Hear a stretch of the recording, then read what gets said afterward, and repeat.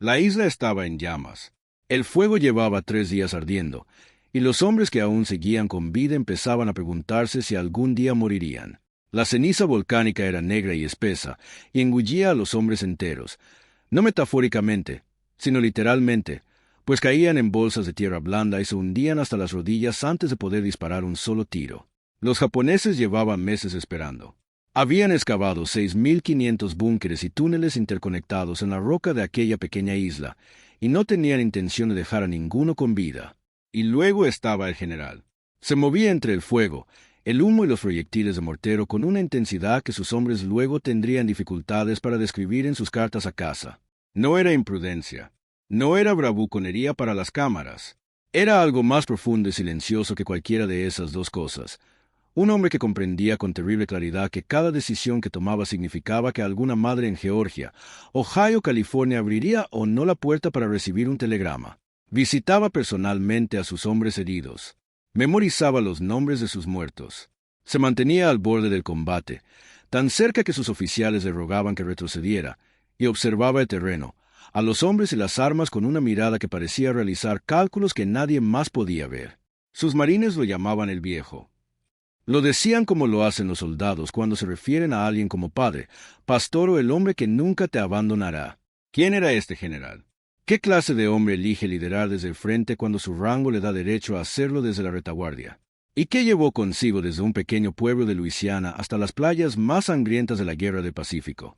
Su nombre era Graves Blanchard Erskine, y esta es su historia. Nació el 28 de junio de 1897 en Columbia, Luisiana, un pequeño pueblo enclavado entre los pinos del norte del estado, un lugar donde el calor del verano se sentía como una fuerza física y la guerra civil aún pervivía en las historias que los ancianos contaban en los porches. Columbia se ubicaba a orillas del río Ouachita, una comunidad tranquila donde las familias se conocían entre sí, donde el carácter de un niño se forjaba desde temprana edad y se esperaba que perdurara toda la vida. Sabemos relativamente poco sobre su infancia, como suele suceder con la historia, que a menudo deja sin comentar los momentos cotidianos. Lo que sí sabemos es que creció en el sur de Estados Unidos a principios del siglo XX, un mundo marcado por el recuerdo de la derrota y la obstinada insistencia en la dignidad frente a ella. El sur de aquella época forjó hombres que comprendían el significado de la obligación. Obligación hacia la familia, hacia la comunidad, hacia algo más grande que la comodidad o la seguridad. Erskine asimiló profundamente ese mundo. Era un joven de evidente inteligencia y fortaleza física, y al llegar a la mayoría de edad ingresó en la Universidad Estatal de Luisiana. Tenía 19 años en 1916, y el mundo ya ardía. La Gran Guerra llevaba 2 años asolando Europa. Los jóvenes estadounidenses que leían los periódicos comprendían, incluso entonces, que su generación iba a ser puesta a prueba de una forma que aún no podían definir. Erskine no esperó a ser reclutado. No esperó a que le llegara la oportunidad de realizar las pruebas. Se alistó en el Cuerpo de Marines de los Estados Unidos en 1917, el mismo año en que Estados Unidos entró finalmente en la Primera Guerra Mundial. Fue ascendido a subteniente, joven, perspicaz y lleno de entusiasmo, como solo los muy jóvenes pueden serlo antes de haber visto lo que una bala le hace a un hombre. Se desplegó en Francia con los marines y participó en algunos de los combates más encarnizados de aquel conflicto. El frente occidental en 1918 era un paisaje indescriptible. 100 millas de lodo removido, alambre de púas y cadáveres, donde los ejércitos avanzaban a pasos agigantados y pagaban cada avance con sangre. Erskine luchó en Chateauthierry, en Belleau-Wood, en Soissons.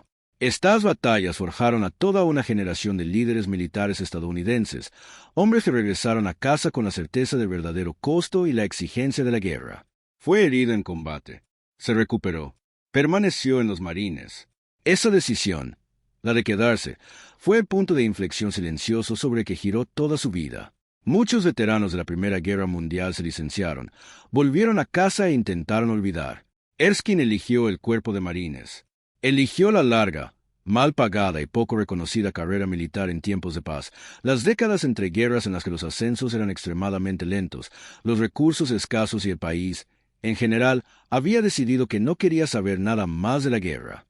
Aún así, la eligió, y al elegirla, se convirtió en alguien. El periodo de entreguerras convirtió a Graves Erskine en un experto en guerra. Estudió, leyó, asistió a las escuelas del Cuerpo de Marines en Huántico. Sirvió en diversos destinos, Nicaragua, Haití, el largo circuito de asignaciones que forjó a un oficial profesional, convirtiéndolo en algo más que un joven valiente con un nombramiento. Era un estudioso de la táctica y la logística, de la dolorosa cuestión práctica de cómo trasladar hombres, armas, alimentos y municiones a través de terrenos terribles contra un enemigo decidido y traer de vuelta a casa a más hombres de los que se pierden. Esa cuestión se convertiría en la obsesión de su vida. Para cuando llegó el 7 de diciembre de 1941, cuando las transmisiones de radio transformaron el domingo estadounidense en algo para lo que nadie estaba preparado, Erskine ya era un oficial de alto rango, ya curtido, ya poseía el conocimiento, fruto de la dura experiencia, de lo que un general le debe a sus tropas. Tenía 44 años. Había sido infante de marina durante un cuarto de siglo, y la guerra para la que se había estado preparando, sin saberlo del todo, estaba a punto de comenzar. No fue directamente al Pacífico. El cuerpo de marines tenía planes para un hombre con su experiencia que iban más allá de los batallones de fusileros. Entre 1942 y 1943, Erskine ocupó altos cargos en el Estado Mayor, incluyendo un periodo adscrito al cuartel general de las Fuerzas Aliadas en el norte de África, donde trabajó junto a los artífices de la estrategia aliada para el teatro de operaciones del Mediterráneo. No era el destino que un oficial sediento de combate habría elegido, pero resultó profundamente instructivo. Observó cómo se formaban, abastecían y comandaban los ejércitos a nivel operativo. Observó que funcionaba y que no. Lo archivó todo. Pero el Pacífico era donde el cuerpo de marines se enfrentaba a las pruebas más severas, y allí era donde Graves Erskine iba a terminar. La campaña de salto de isla en isla, esa agotadora e implacable cadena de desembarcos y batallas que se extendía desde Guadalcanal hacia las islas principales de Japón, estaba consumiendo las divisiones de marines a un ritmo que exigía líderes experimentados en todos los niveles. En 1944, Erskine recibió el mando de la Tercera División de Infantería de Marina. Ya era mayor general. Tenía el rango, la reputación y la responsabilidad, y comprendía todo ello con una seriedad excepcional. La Tercera División era una unidad curtida en combate que ya había participado en la batalla de Bougainville, en las Islas Salomón. Eran buenos infantes de marina.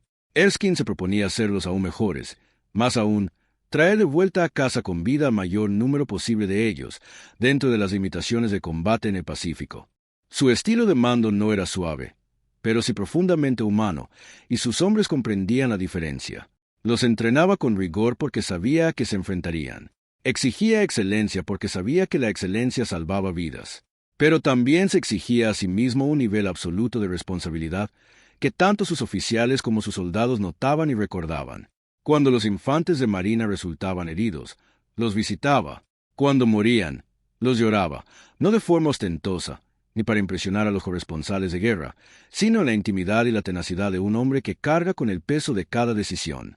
Según se cuenta, les expresó a sus subordinados en más de una ocasión una convicción similar, que jamás perdería a un hombre que pudiera haber salvado con una mejor planificación, una mejor preparación o un mejor liderazgo. La historia no registra con exactitud sus palabras ni la ocasión en que pronunció algo así por primera vez, pero el sentimiento se mantiene constante en los relatos de quienes sirvieron bajo su mando. No era una fanfarronería, era una carga que había elegido asumir. En julio de 1944, la Tercera División de Infantería de Marina participó en el asalto a Guam. Esta isla, territorio estadounidense arrebatado por Japón en los oscuros primeros días posteriores a Pearl Harbor, tenía una importancia que trascendía lo táctico. Recuperarla era algo personal para Estados Unidos, a diferencia de otras batallas insulares. Además, fue una tarea titánica.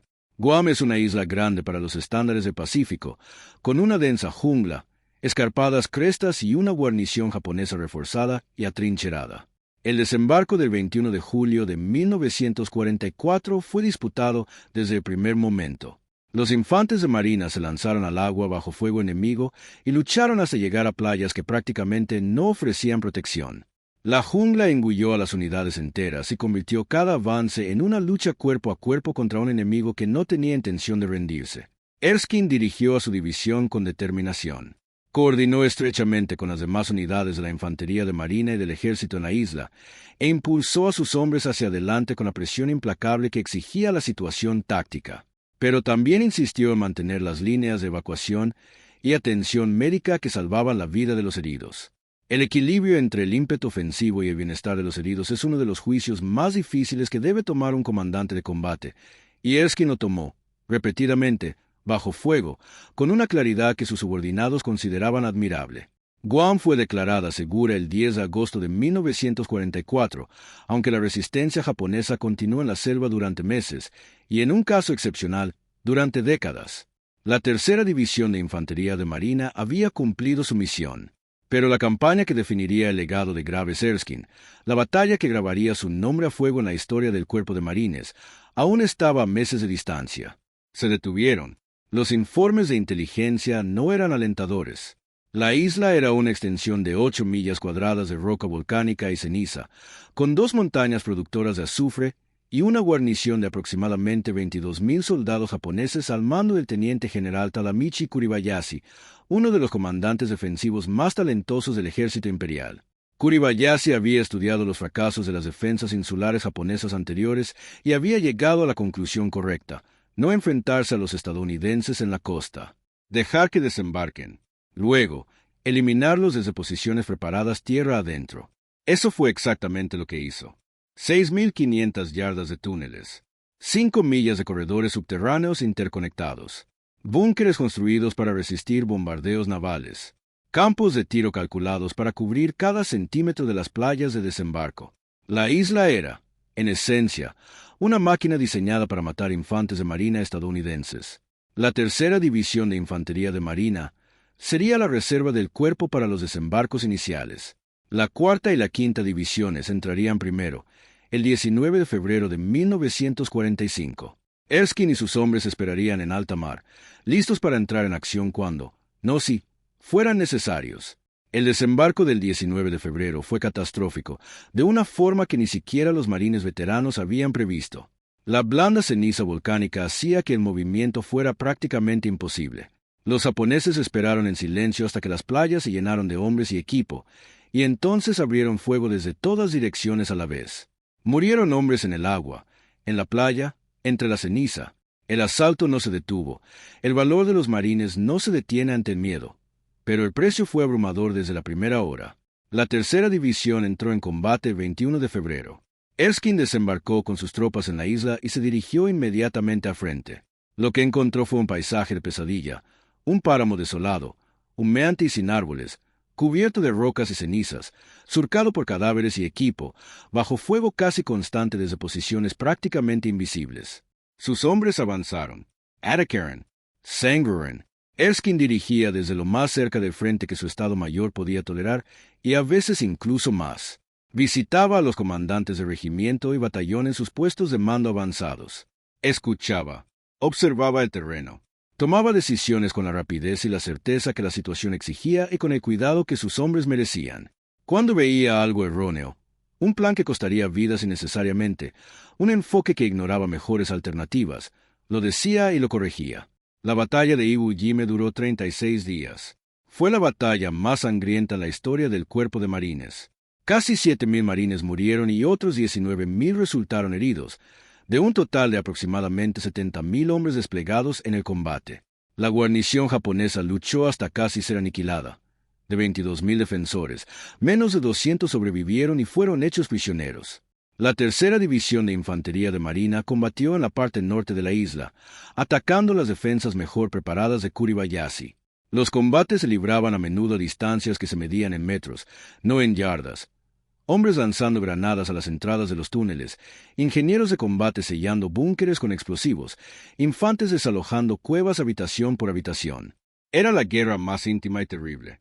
Erskine lideró su división durante toda la batalla. Tras declararse segura la isla el 26 de marzo de 1945, el almirante Chester Nimitz pronunció su famoso homenaje. El valor excepcional fue una virtud común. Estas palabras iban dirigidas a todos los infantes de marina y marineros que lucharon en esa isla. Pero los hombres de la tercera división sabían lo que su general al mando les había encomendado, no solo órdenes y liderazgo, sino la certeza de que un superior velaba por ellos. Se desvelaba por su bienestar y hacía todo lo posible por sacarlos con vida. Por su liderazgo en Iwo Jima, Graves Erskine recibió la medalla al servicio distinguido de la Armada. Ya había obtenido la Legión al Mérito, y su servicio durante la guerra le valdría también la medalla al servicio distinguido del ejército. Pero el reconocimiento que más significó para él, según lo que dijeron los hombres que sirvieron bajo su mando, no fue una medalla, fue la confianza de sus infantes de marina. La guerra en el Pacífico terminó en agosto de 1945, antes de la invasión de las islas principales de Japón, un hecho que todos temían. Erskine había estado preparando su división para esa invasión, una operación que, según los planificadores militares, costaría cientos de miles de bajas estadounidenses. Las bombas atómicas sobre Hiroshima y Nagasaki acabaron con esos cálculos. El alivio que sintieron los hombres que habrían participado en esos desembarcos fue indescriptible. Pero el fin de la guerra no puso fin al servicio de Graves Erskine a su país. Tenía 50 años. Era experimentado, lúcido y seguía siendo esencial para el cuerpo de marines y para el aparato de seguridad nacional que ahora se estaba reconstruyendo para un mundo muy diferente. En la posguerra, desempeñó diversos cargos y funciones de gran importancia. Fue nombrado comandante general de la Fuerza Expedicionaria de la Infantería de Marina en el Pacífico, un puesto crucial en la reorientación del poder militar estadounidense tras la guerra. Superó los complejos desafíos de la desmovilización, el mantenimiento de unas fuerzas armadas profesionales, en un país que ansiaba creer que la guerra había terminado y la preparación para un mundo en el que la Unión Soviética había sustituido a Japón y Alemania como principal adversario estratégico. En 1950, Corea lo cambió todo de nuevo. La Guerra Fría se intensificó en la península coreana, y el cuerpo de marines fue requerido una vez más. Erskine no fue desplegado en Corea como comandante de combate. Sus responsabilidades para entonces eran de mayor nivel, pero participó activamente en las respuestas institucionales a ese conflicto y a las cuestiones más amplias sobre la preparación militar estadounidense que éste planteó. Su ascenso continuó. En 1953, el presidente Dwight D. Eisenhower lo nombró asistente especial del secretario de Defensa, un cargo que lo situó en la intersección entre la experiencia militar y la política nacional. Se desenvolvía en Washington con la misma franqueza e integridad que había demostrado en el campo de batalla. Decía lo que pensaba. No adaptaba sus opiniones para complacer a sus superiores. A juicio de quienes trabajaron con él en aquella época, era el mismo hombre que había caminado sobre las cenizas de Iwo Jima. Metódico, honesto y profundamente comprometido con el bienestar de los hombres y mujeres en las Fuerzas Armadas estadounidenses. Se retiró del servicio activo en 1953 con el rango de general de 4 estrellas, tras haber servido al Cuerpo de Marines y a los Estados Unidos durante 36 años. Tenía 56 años y llevaba consigo, tanto en su cuerpo como en su memoria, las huellas de una vida vivida al límite de lo que el ser humano puede soportar. La jubilación no significó inactividad. Erskine se mantuvo activo en organizaciones de veteranos, en la vida cívica de su comunidad y en los debates sobre la política de defensa estadounidense, que en la vida de un hombre que se preocupa por su país nunca terminan. Se le solicitaba su opinión, la cual expresaba con franqueza y sin rodeos. Se había casado, y su familia lo conocía como las familias de militares de carrera conocen a sus padres y maridos, en los intervalos entre despliegues, en los breves momentos de la vida cotidiana, con la paciencia necesaria para amar a un hombre cuya lealtad más profunda pertenecía a algo más grande que cualquier hogar. La historia no registra con exactitud cómo era su vida privada en aquellos años, pero su forma puede inferirse a partir de su personalidad.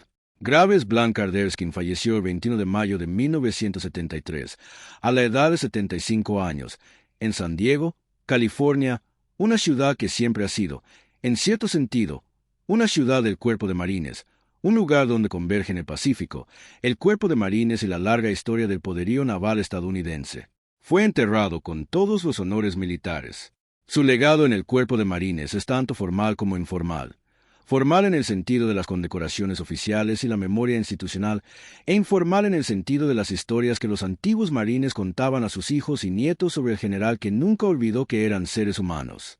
Existe un tipo particular de líder que surge del combate, aquel que, al final, se convierte en una fuerza moral en la vida de los hombres a su mando. No porque pronunciara discursos sobre moralidad, sino porque su comportamiento en las peores condiciones demostraba la grandeza de un ser humano. Erskine era ese tipo de líder. Sus hombres sabían, al adentrarse en el humo y el fuego, que si salían maltrechos, él acudiría en su ayuda. Si no lograban salir, los llevaría en brazos. Ese conocimiento, que alguien con autoridad se preocupa sinceramente por tu vida y tu muerte, que te responsabiliza de tus decisiones, es más raro que cualquier medalla y vale más que cualquier condecoración. Es lo que convierte a un grupo de soldados individuales en algo que lucha unido, que confía en los demás, que se mantiene firme cuando el instinto natural le dice que huya. Los hombres de la tercera división de infantería de marina resistieron en Iwo Jima. Resistieron entre las cenizas, el fuego y el terrible peso de aquella isla volcánica. Resistieron porque eran infantes de marina, sí, pero también porque confiaban en el hombre que había sido puesto al mando de sus vidas. Graves Erskine se ganó esa confianza en el campo de batalla del Pacífico y la conservó durante el resto de su larga vida. En una época que a veces parece haber olvidado lo que significa un verdadero liderazgo, su historia sirve como recordatorio, no un recordatorio reconfortante, sino uno real, de lo que es posible cuando una persona decide que las vidas a su cargo valen más que su propia comodidad, su reputación o su seguridad. Nunca perdió a un hombre al que pudiera haber salvado. Sus tropas jamás lo olvidaron. Nosotros tampoco deberíamos. Si esta historia te conmovió tanto como nosotros, suscríbete al canal para no perderte ninguna otra biografía como esta. Y cuéntanos en los comentarios, ¿qué héroe de la Segunda Guerra Mundial te gustaría que presentáramos a continuación?